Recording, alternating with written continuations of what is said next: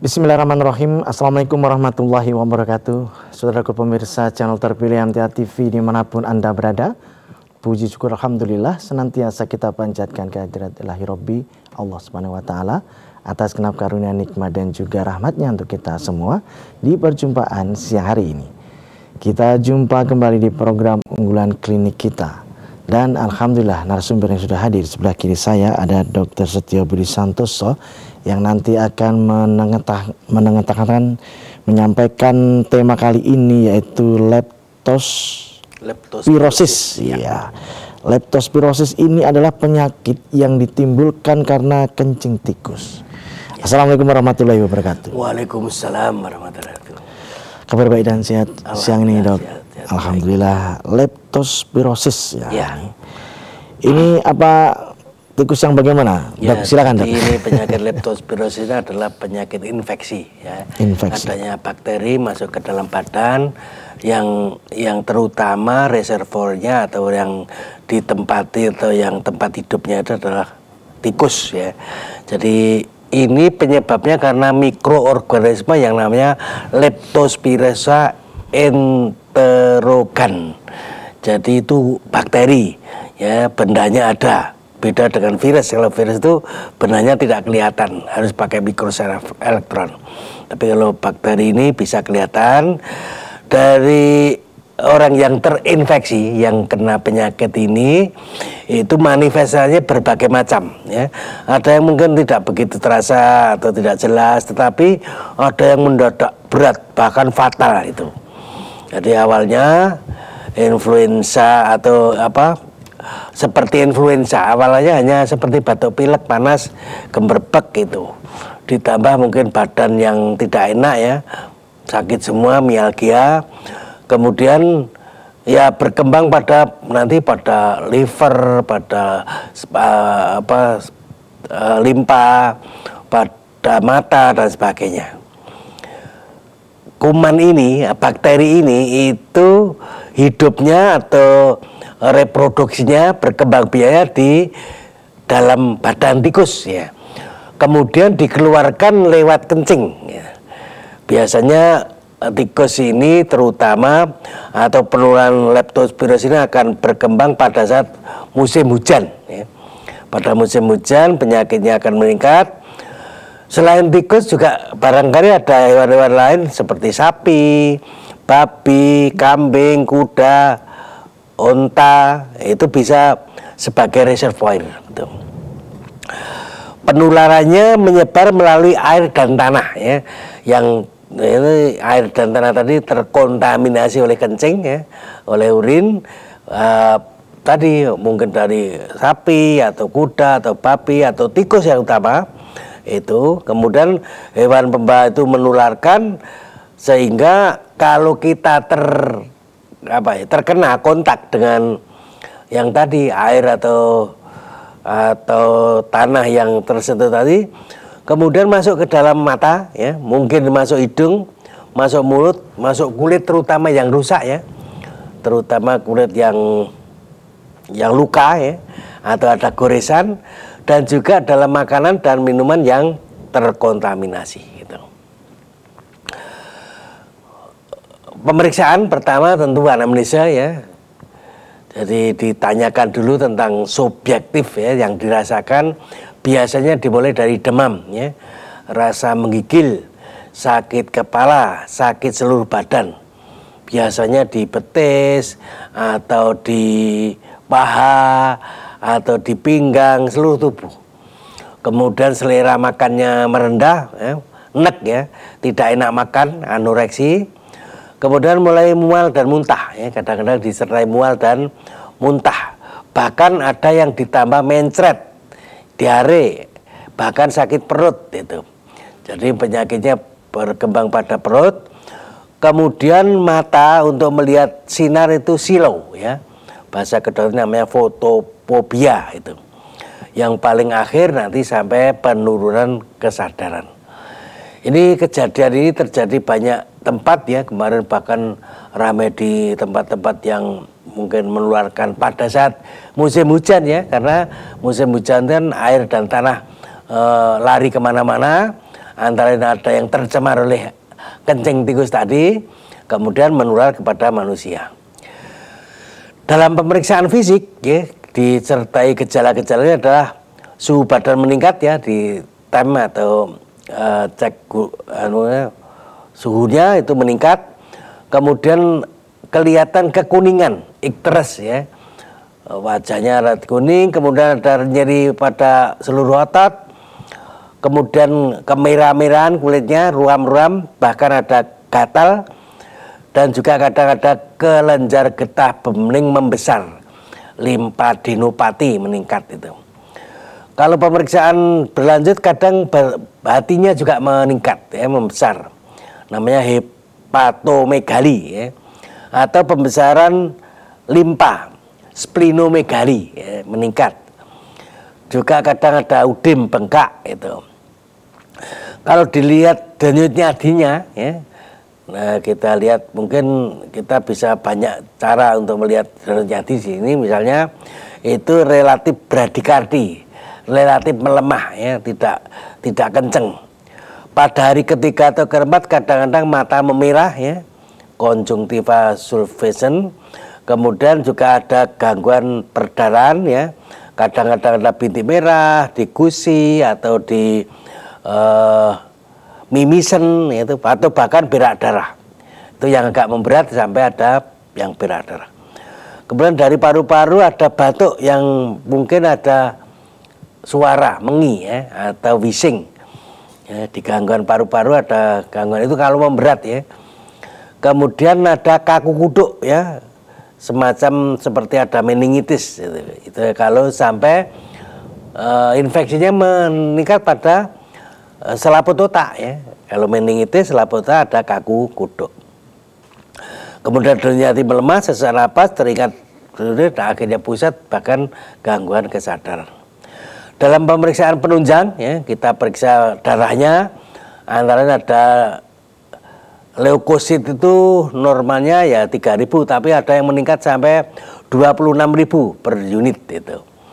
Ada trombositopenia, artinya trombositnya itu ringan. Kalau trombosit itu normalnya sekitar 1.500, 150.000, tapi kalau ini menurun mungkin ada 100 dan sebagainya. Pemeriksaan kencing, urinnya diperiksa, terutama urin rutin, itu ada peningkatan sedimen ya. Leukositnya, eritrositnya, hialinnya, granular ada positif. Atau juga ada protein urea ringan, artinya normalnya kencing itu tidak ada protein. Tapi bagi penderita ini ada protein urea ringan lah, misalnya 1 atau 2 itu. Kemudian dalam pemeriksaan PCR ya, polymerase chain reaction, secara lab ya, serologi, kultur bisa positif. Untuk menegakkan dialisis, kita menegakkan bahwa itu penyakit karena leptospirosis, itu ditetapkan yang awalnya tadi pasiennya demam, kemudian menggigil, kemudian ada silo mata tadi, sakit kepala, mialgia, semuanya tanda-tanda ada semuanya, kemudian meningkat ya, terutama ya pada saat terpapar itu, pada saat dia ada riwayat ya, ditari misalnya dia kerja di sawah atau kerja di mana, ada riwayat kemungkinan terkontaminasi kencing tikus itu, jadi dilacak itu, jadi dicurigai. Dari tanda-tanda itu dicurigai baru nanti diperiksa. Diagnosa bandingnya namanya demam berdarah, mungkin hampir mirip, tapi tentu berbeda hasilnya ya. Demam berdarah itu biasanya angka leukositnya normal, kemudian hematurginya meningkat, ya, angka trombositnya menurun, ya, menurun drastis itu. Malaria juga naik turun. Kemudian hepatitis virus itu kadang-kadang mirip juga, tapi ketahuan kalau hepatitis virus diperiksa hepatitis positif atau penyakit rickettsia.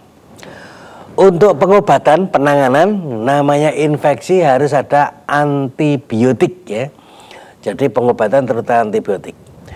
Sebelum diberi antibiotik dan memang juga ada pengobatan suportif, artinya untuk meningkatkan itu makanan yang masuk ya, ada karbohidrat, ada lemak dan sebagainya. Kemudian diobservasi ketat untuk mendeteksi adanya dehidrasi ya.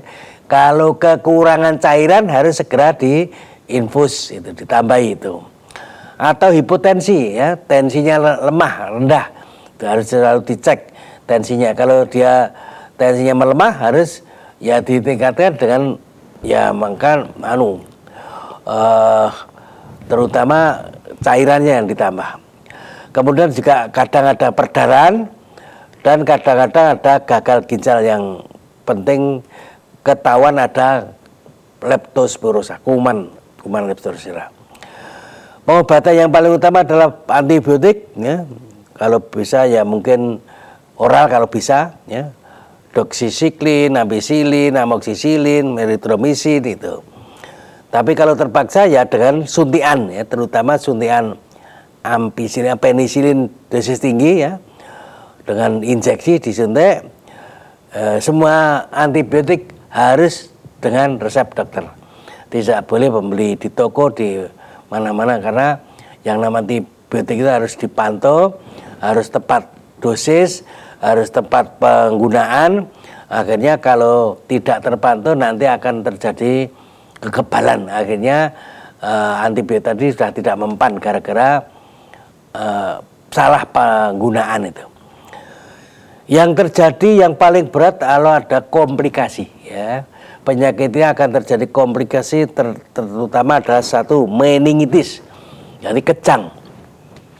Selain panas, gebebek, kalau yang namanya epilepsi itu kejang tanpa panas. Tapi kalau leptospirosa meningkat pada meningitis ini awalnya kejang, awalnya didiagnosa leptospirosis, tapi kumannya sampai ke selaput otak, ya akhirnya terjadi kejang gitu. Yang berikutnya komplikasi yang berat juga distress respirasi, artinya napasnya berhenti, napasnya tersengal-sengal, napasnya tidak bisa lancar itu. Jadi gara-gara ada distress respirasinya tertekan, tidak bisa lancar, akhirnya bisa menimbulkan banyak penyakit. Yang berikutnya adalah gagal ginjal karena adanya renal institutional tubercular necrosis. Jadi gagal ginjal itu ya bisa dilihat dari uriumnya atau kreatininnya, itu kalau meningkat tinggi sekali itu namanya fungsi ginjal terganggu. Fungsi ginjal adalah untuk menyaring darah supaya menjadi sehat atau darahnya menjadi bersih. Tapi kalau fungsinya terganggu akhirnya darahnya kotor, akhirnya bisa keracunan. Berikutnya ada gagal hati ya, livernya terganggu, itu komplikasi yang berikutnya. Dan bahkan yang paling berat adalah gagal jantung, dekompensasi kordis. Yang paling utama kita pemahaman tentang penyakit leptospirosis ini, yang utama adalah pencegahan. Jangan sampai kita terkena, maka diadakan pencegahan khususnya daerah-daerah tropis ya. Yang di situ memang ada berita ada penyakit leptospirosis ya. Beberapa waktu ya mungkin yang ramai Pacitan, ada juga Klaten, ada di mana, terutama daerah tropis itu di situ terutama juga adanya banyaknya hospaz ya, hanya hewan tadi yang dipakai untuk perantara tadi reservoir. Kemudian ada berita di situ ada orang terkena penyakit leptospirosis, harus ada usaha pencegahan. Bagi mereka yang mempunyai risiko tinggi tertular harus diberikan perlindungan berupa pakaian khusus atau APD ya, alat pelindung diri ya. Terutama yang kerja-kerja di sawah ya, kerja di kebun, kerja di daerah-daerah air ya, daerah rawa-rawa, daerah itu kan banyak kencing hewan itu, sehingga harus diberi perlindungan APD ya, mungkin pakai sepatu boot atau begitu. Kemudian juga hewan barang-barang yang terkontaminasi harus dibersihkan.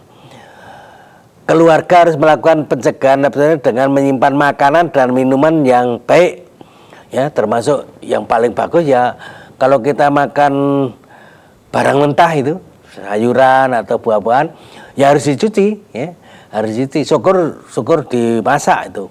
Tapi misalkan senangnya barang mentah, ya boleh, tetapi dicuci dengan bersih. Sebab kalau makanan tadi atau minuman tadi tercemar oleh leptospirosis, kuman leptospirosis, nanti akan menular kepada kita akan terkena penyakit.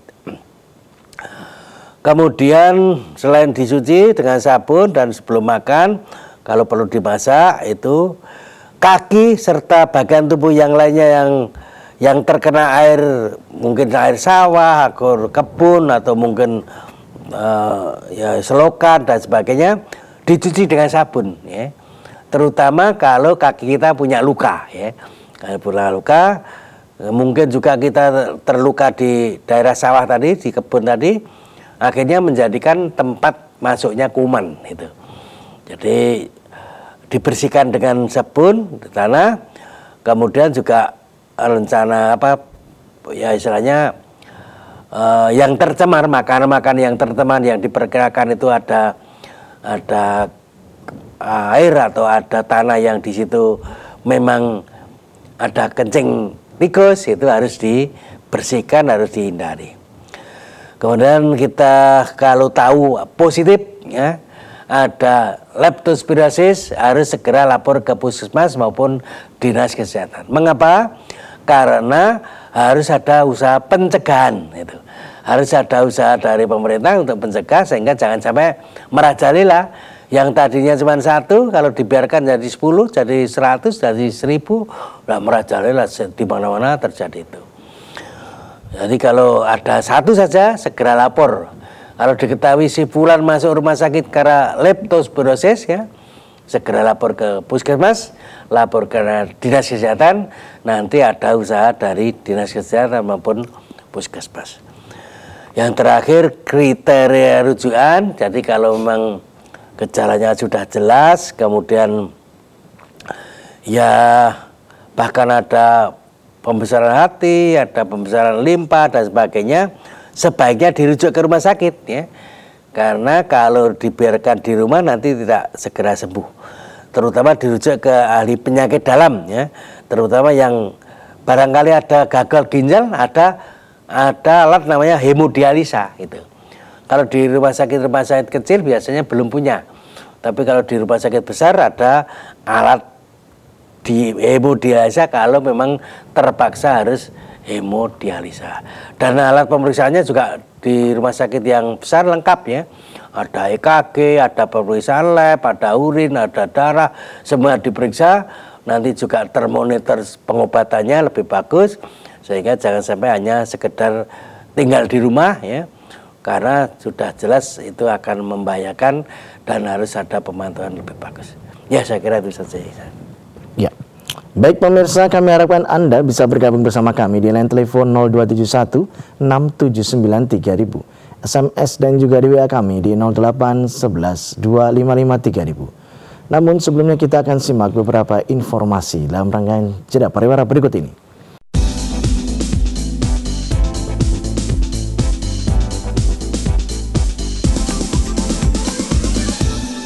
Ya, baik saudaraku pemirsa channel terpilih MTA TV dimanapun Anda berada, terima kasih Anda masih setia bersama kami, khususnya di program unggulan klinik kita siang hari ini.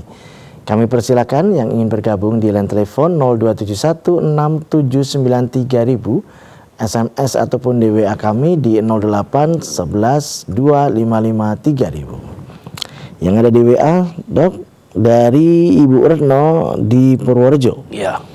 Kalau keluarga kita ada yang terjangkit leptospirosis, apakah bisa menular ke anggota keluarga yang lain yang serumah, Dok? Ya. Jadi kalau secara umum ya memang orang yang sakit tadi memang tidak langsung menular. Tetapi kalau kita ada anggota kita keluarga yang sakit, jelas di situ tentu ada kuman, jelas di situ ada bakteri. Jadi di situ berarti ada ya istilahnya mungkin tikus yang membawa kuman tadi. Karena hewan ini atau bakteri ini itu kalau di dalam tubuh manusia tidak berkembang biak, tetapi kalau di dalam tubuh tikus dia reproduksi ya, sehingga kalau dia di dalam tubuh tikus terus menularkan kemana-mana. Jadi yang jelas kalau di daerah situ sudah ada leptospirosis, berarti di situ udah ada sumber penularan. Seperti itu bisa ya istilahnya terkena kita, walaupun secara khusus dari orang ke orang tidak jelas, tapi yang jelas dari kencing tikus tadi jelas menularkan kepada yang lain. Kalau ada orang yang sakit, tentu di situ banyak ya istilahnya apa ya? Ya banyak bakteri leptospirosis tadi. Nanti mungkin kalau di situ ada makanan, ada ya istilahnya daerah-daerah basah itu bisa menularkan kepada tetangganya. Jadi yang paling kita curigai terutama adalah tikus, walaupun juga bisa kambing, bisa babi, bisa anjing, tapi jarang itu. Ya. Ya, baik. Ya, kami persilakan penelpon berikutnya ataupun di pertanyaan di WA kami persilakan ya. Sembari kita nantikan Dok. Itu lebih ke arah hawa yang dingin atau yang basah, lembab atau yang hangat? Ya, bukan perkara hawa. Jadi perkara di situ ada sumber penularan. Ya. Sumber penularannya ada kuman. Yang bakteri tadi hidup di dalam badan tikus. Ya. Yang keluar dari kencing tikus akhirnya terus menularkan yang lain. Bukan perkara hawa dingin atau hawa panas, tapi biasanya tikus tadi terutama menularkan pada saat musim hujan. Oh, musim hujan ya. Musim hujan itu. Jadi kalau dilihat hawanya memang mungkin hawanya dingin, tapi yang utama adalah di situ ada sumber penularan. Kalau ada sumber penularan sehingga terjadi infeksi pada orang-orang di daerah itu. Iya. Penyembuhannya sampai berapa lama? Tergantung. Jadi tergantung ringan beratnya atau tengah itu. Jadi nanti pengobatannya kan tergantung apa yang diderita. Contoh misalnya menyebabkan dehidrasi, kekurangan cairan, ya cukup dengan diinfus bukan selesai. Tapi yang kumannya tadi harus diberi antibiotik. Kemudian kalau ada gagal ginjal kan harus ya istilahnya mungkin semacam hemodialisa sehingga gagal ginjal terbantu. Nanti selesai kumannya mati, kemudian gagal ginjalnya sudah sembuh, akhirnya normal kembali. Tapi kalau gagal ginjalnya ya istilahnya menjadi berlangsung kronis, itu yang membahayakan. Atau mungkin ada yang sampai misalnya distres paru-paru, ya mungkin perlu alat bantu napas dan sebagainya gitu. Ya. Kalau gagal hati ya biasanya juga pengobatan simptomatik terhadap hati tadi, memperkuat hati tadi. Iya. Semisal ada ilustrasi gini Ustaz. Kita bertamu ke orang lain. Kita nggak tahu ya, apakah ini tempat duduknya itu kena atau tidak. Nah, taruhlah itu semalam barusan ada kencing gitu ya. Kemudian kita datang menjelang siang kan sudah agak-agak ya masih lembab, belum kering sempurna begitu. Terus kita duduk di situ barang 1 atau 2 jam. Nasib kita bagaimana? Apakah kencing tikus ya? Ada kencing tikus di situ. Kemudian kalau kencing tikusnya tidak mengandung leptospira, itu tidak apa-apa itu. Jadi kalau kencing tikus tadi mengandung leptospira interrogan, itu tadi kalau masuk ke mulut kita, ke mata kita, atau mungkin juga luka ya, kita punya luka kemudian kemasukan kuman tadi. Jaringan yang terbuka ya? Iya, jaringan yang terbuka itu. Terutama orang kerja di sawah itu. Jadi kalau di sawah itu ada kencing-kencing tikus, kemudian kumannya tersebar di sawah, maka di airnya itu ya? Airnya dan tanahnya. Jadi ada yang juga. Yang di tanah-tanah juga ada mengandung kuman itu. Jadi bisa tinggal. Terus, nasib padi gimana, Dok? Kalau tidak ada kumannya tidak apa-apa, tapi kalau ada kumannya berarti masuk. Kalau masuk nanti terus, padi juga ya? Ya namanya infeksi. Gitu. Orang yang kemasukan kuman namanya infeksi lah. Infeksi itu ada yang ringan, ada yang tengah, ada yang berat itu. Yang ringan mungkin baru masuk sedikit misalnya, terus kita obati di antibiotik mati sudah selesai. Tapi kalau mungkin masuk sampai dalam ya, yang paling berat sampai meningitis itu kan berat sekali, sampai di otak namanya, di selaput otak. Itu yang paling berat itu. Jadi kalau pengobatannya tidak hanya sekedar ngurusi leptospira tadi, ngurusi membunuh kuman tadi, tapi gara-gara meningitis sampai otak, lah pengobatannya juga terhadap kejang, terhadap apa ya reaksi dari otak tadi gara-gara ada infeksi di selaput otak itu. Berarti bisa dikatakan taruhlah ini gudang bulog begitu ya. Kan itu pasti ada tikus di situ. Iya.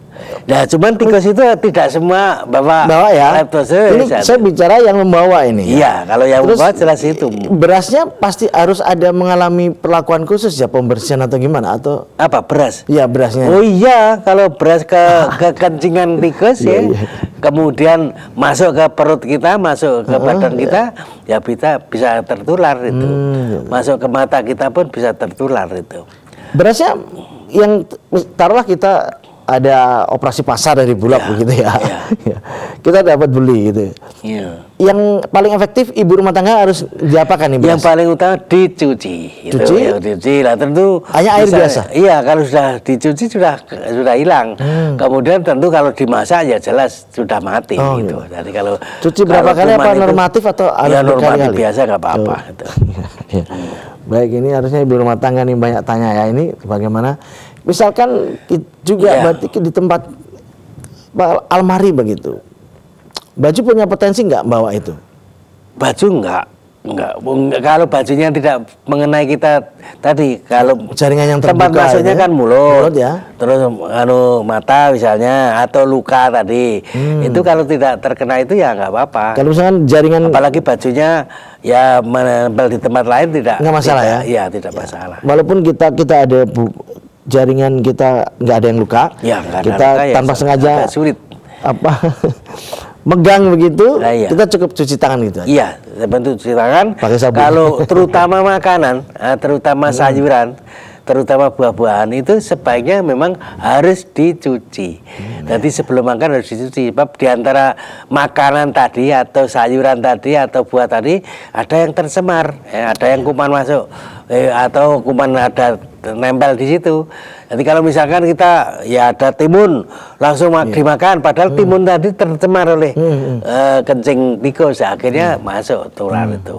Atau mungkin ya kita di sana misalnya ada kacang, misalnya ada itu kan kalau langsung dimakan kan itulah. Kalau pasar tradisional ini ya. Iya, kalau dicuci dulu terus hilang. Nanti tidak sempat masuk ke mulut itu.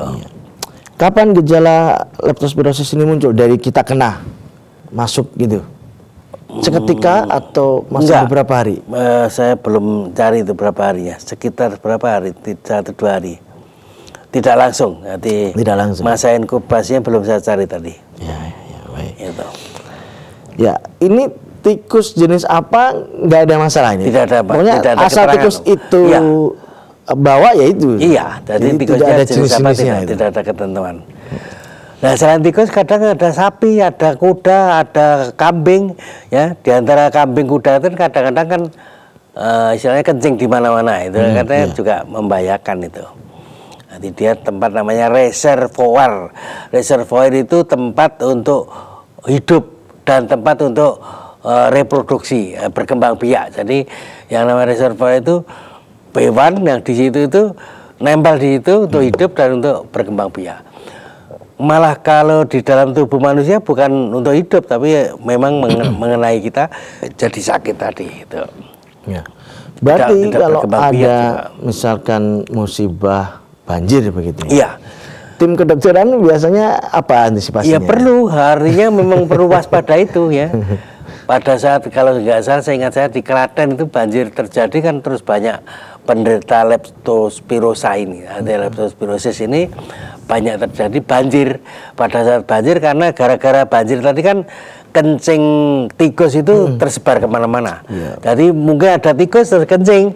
Lah karena ada banjir, luas ya? Airnya kemana-mana. Lah air tadi kemana-mana nempel di makanan, nempel di barang. Mungkin misalnya ada kan di antara kita itu nyuci barang dapur itu di sungai atau dia ya saking sulitnya air ya, karena tempat banjir kan, makanya pada saat banjir malah justru dikirimi air bersih karena sulit air bersih. Dari tempat banjir itu walaupun banyak air tapi airnya kotor, maka kalau banjir malah justru kadang dikirim air bersih itu supaya dipakai untuk nyuci, dipakai untuk masak, dipakai untuk ya istilahnya mungkin bahan makanan itu ya harus dicuci dengan air yang bersih itu. Tercatat dari jurnal atau penelitian di medis ya, sampai membawa kematian nggak ini?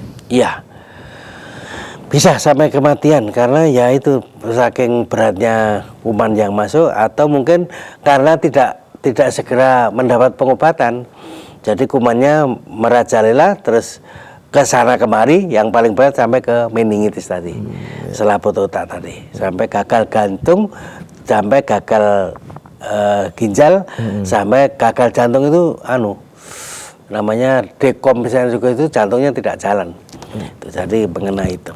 Seseorang yang punya penyakit bawaan ya, komorbid itu juga bermasalah nggak kalau kena ini? Ya. Semakin berat atau gimana? Ya tentu. Yang namanya ketahanan tubuhnya menjadi dalam kondisi tidak ada penyakit saja dia masalah ya. Bermasalah. Tentu kalau dia punya komorbid tentu lebih berat.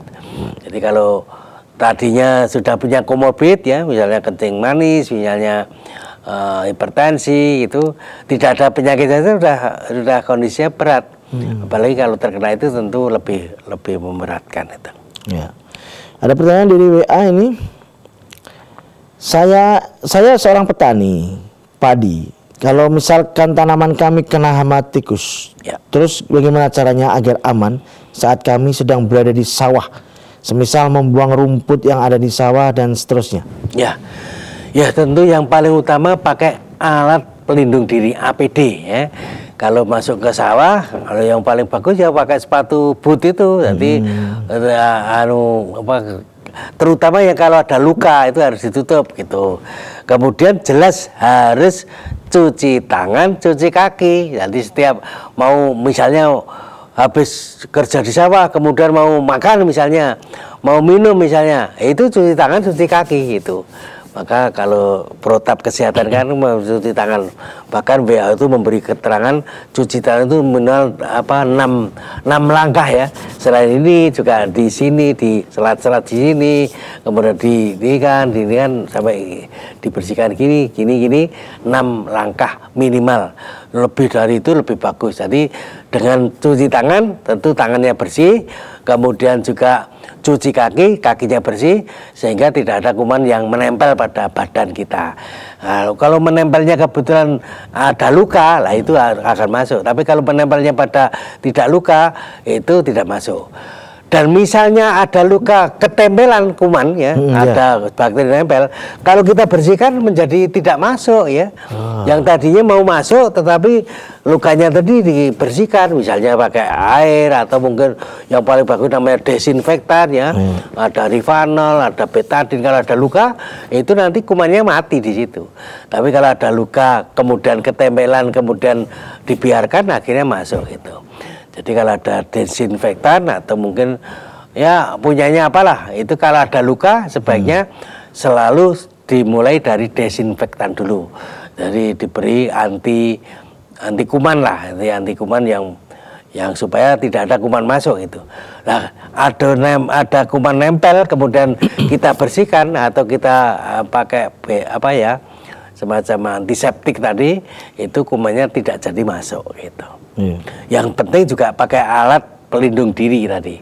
Kemudian yaitu protap kesehatan kita tetap laksanakan, terutama pada saat kita ya misalnya bekerja di sawah ya, mau makan, mau minum ya cuci tangan, cuci kaki sehingga kuman tadi tidak masuk. Tapi kalau kita habis macul, terus segera makan siang misalnya, segera makan terus tangannya itu akhirnya kumannya masuk ke mulut itu. Juga minum misalnya itu kita langsung ada gelas minum, ternyata di situ terkontaminasi, ada kuman di situ masuk gitu.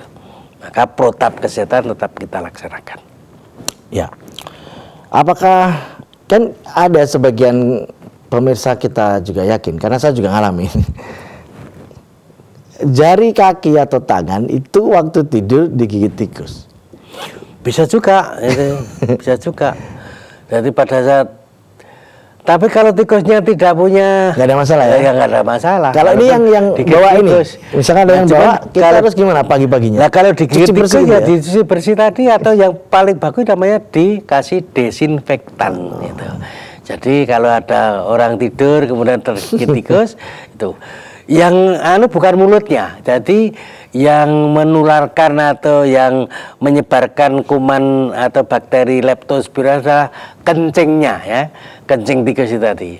Jadi kalau dia gigit tapi tidak kencing atau ya kencingnya tidak mengandung leptospira sih nggak apa-apa itu, walaupun tergigit di tikus itu. Tapi kalau dia tidak menggigit tapi ternyata kencing di situ dan kebetulan tangan kita mungkin ketempelan kencing tadi, kemudian kita segera minum atau segera makan tanpa cuci tangan, akhirnya masuk kumannya. Atau tapi kalau makanya etikanya setelah tidur ya cuci tangan dulu. Itu etika Islam itu.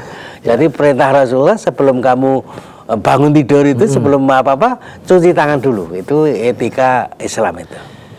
Berarti termasuk resiko pada saat kita tidur kena air kencing tikus yang ada bakterinya itu tadi. Kita kan sebelum kamar mandi atau bangun, seringnya kita refleks itu kan usap-usap mata. Iya, termasuk itu. Ya. Itu potensi besar kan? Iya, jelas itu. Jadi habis tangannya terkena kencing tikus, padahal tikusnya membawa kuman leptospira, kemudian mata kita awalnya itu masuk ke situ. Maka tadi saya ingatkan etikanya Rasulullah kalau bangun tidur itu tangan harus dicuci dulu. Itu etika Rasulullah. Contoh Rasulullah. Yang terbaik adalah jaga kebersihan lingkungan kita berada. Iya. Baik. Ya, kami masih ada beberapa saat, kami persilakan Anda yang ingin bergabung di line telepon ataupun di WA ya.